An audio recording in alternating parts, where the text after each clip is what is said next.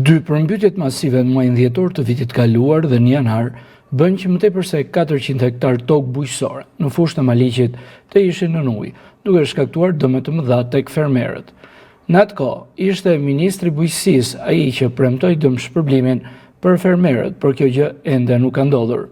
Gani Fraolli, një nga fermerët e fshatit Sheqeras, tregon se gjithë prodhimi i mbjell u dëmtua, ndërsa dëmshpërblimet e premtuara ende nuk janë marrë. Mbytjet e muajit nëntor dhe janar të kaluar është kolosal. Kemi disa kategori dëmesh të shkaktuara nga këto përmbytje. Është gruri i përmbytur, që është dëm i parë i kthyeshëm, është misri, i cili ishte i pakorur në momentin e përmbytjeve, dhe kategoria e tretë është parcelat të cilat nuk e kanë mundësinë për të mbjellë këtë vit pasi është prezent ende uji në këto parcela.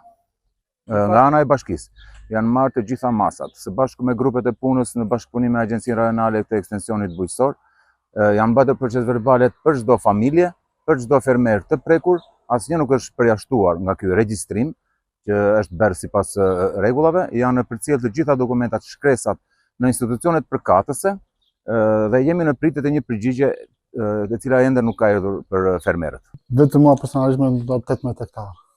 Tash si ta bëjmë vete goxha. Vete në 7-8 milionë. Që i kam gjitha gjërat time, jo që i bëj gjitha gjërat vetë, me grur e elp. Kurse misrin akoma nuk po e mbjellim dot se s'ka ikur akoma.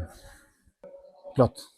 Po hyn në fakt bashkia e Berja të hyri për të pashtuar, po nuk arriti dot se fundose sklavatori. Themi atë të drejtën na premtoi qeveria, po nuk na dha.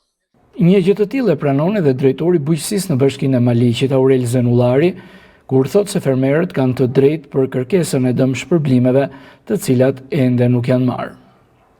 Bashkia e Maliqit ka hequr nga detyrimi i taksave vendore fermerët që tokën e kanë ende nën ujë, ndërsa dëmi ekonomik për ta është shumë i madh.